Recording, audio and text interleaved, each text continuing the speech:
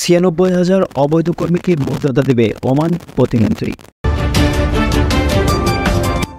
সম্প্রতি শ্রমবাজার ইস্যুতে Dubai, Oman ও কাতার সফর করেন প্রতিমন্ত্রী। ওমান সফরের প্রসঙ্গে টেনে তিনি বলেন, ওমানে ৯৬,০০০ কর্মী অবৈধভাবে বসবাস করেছেন। তাদের বৈধকরণের আশ্বাস দিয়েছে ওমান সরকার। এই বৈধকরণের জন্য একটি জরিমানা নেওয়া হয়। এই জরিমানা মওকুফ করার জন্য আমরা ওমান সরকারের প্রতি অনুরোধ জানিয়েছি। ওমান বাংলাদেশ থেকে ১২ ক্যাটাগরিতে লোক নেওয়ার আশ্বাস দিয়েছে জানিয়ে শফিকুর রহমান বলেন, ওমান বাংলাদেশ থেকে ১২ ক্যাটাগরিতে লোক নেওয়ার আশ্বাস দিয়েছে। তারা দক্ষ কর্মী নিতে চায়। আমরা এ বিষয়ে আলোচনা করেছি। দক্ষ কর্মী যাওয়া শুরু করলে অদক্ষ কর্মী যাওয়াও শুরু করবে।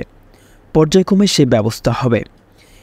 এদিকে সংযুক্ত আরব আমিরাতের শ্রমবাজার নিয়ে প্রতিমন্ত্রী জানান, দুবাই শ্রমবাজার আরও গতিশীল ও বৃদ্ধি করার লক্ষ্যে দুবাইয়ের ব্যবসায়ীদের সঙ্গে বৈঠক হয়েছে। দুবাই থেকে ইতিমধ্যে ৩,০০০ কর্মীর চাহিদা এসেছে। এর মধ্যে ৪০০ কর্মী চলে গেছে, ৫০০ কর্মী যাওয়ার অপেক্ষায় রয়েছে। সংবাদের এ পর্যন্তই। পরবর্তী নিউজ আপডেট পেতে আমাদের সাথেই থাকুন। ধন্যবাদ।